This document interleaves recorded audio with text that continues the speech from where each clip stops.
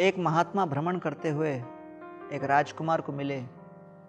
राजकुमार की अय्याशी और इंद्र तृप्ति से भरे जीवन को देखकर उन्होंने कहा, राजपुत्रम चिरंजीव, दीर्घायु रहे हे राजपुत्र। फिर चलते हुए एक तपस्वी को देखे। तपस्वी को देखकर उनको आशीर्वाद दिया, मुनिपुत्र मां जीव, हे मुनिपुत्र आपकी कम आयु हो।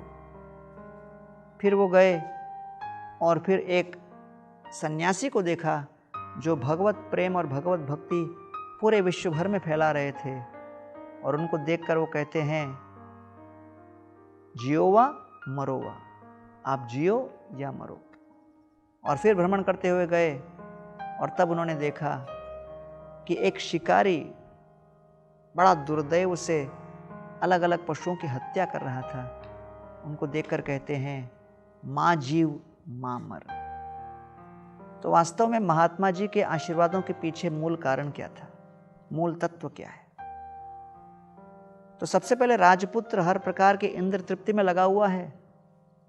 जब इंद्र तृप्ति कर रहा है तब तक उसको सुख प्राप्त हो रहा है, लेकिन इंद्र तृप्ति करने के पश्चात आगे के जीवन में उसको इस विषय भोगों के परिणाम स्वरूप जब नरक की यातनाएं भोगनी पड़ेंगी, इसलिए वो कहते हैं, राजपुत्र चिरंजीव, दीर्घायु रहो।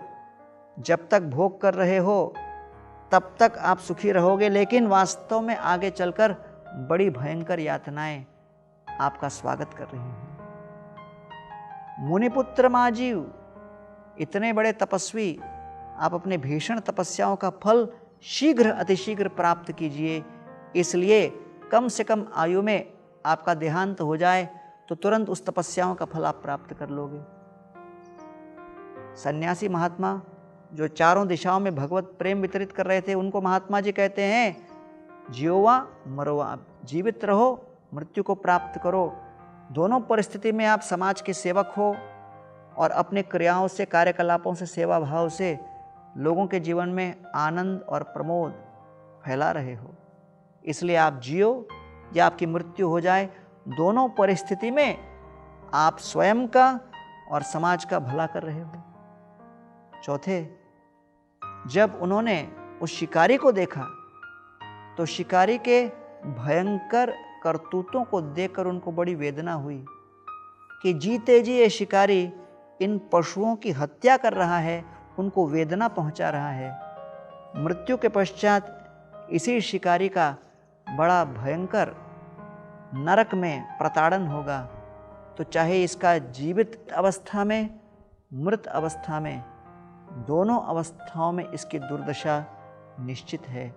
इसलिए कहते हैं, मां जीव मां मर, आप जियो या मरो, दोनों अवस्थाओं में वेदना निश्चित है। आइए हम अपने जीवन को दूसरों की सेवा में समर्पित करते हुए करुणा के वास्तविक पात्र बने। ये यथा मां प्रपद्यन्ते तां तथैव भजाम्यहम्, मम वर्तमानुवर्तन्ते मनुष्या पार्थ सर्वशः। भगवत गीता में कृष्ण कह रहे हैं, जैसे हम भगवान के साथ आत्मसमर्पण होंगे, जिस भाव और रवैया को हम अपनाएंगे, उस प्रकार का प्रतिकार हमारे साथ होगा। तो हमें चाहिए कि हम स्वार्थ पूरित इंद्र तृप्ति की भावनाओं को तत्क्षण तिलांजलि दें और अपने हृदय में वास्तविक निस्वार्थ सेवा भाव को पालन करने का प्रयास करें। अपने और समाज की सेवा में लगे हुए हम अपने आप को एक निमित्त मानकर दूसरों के जीवन में करुणा, प्रेम और उल्लास विकसित करें। ये मानव जीवन का वास्तविक लक्ष्य है।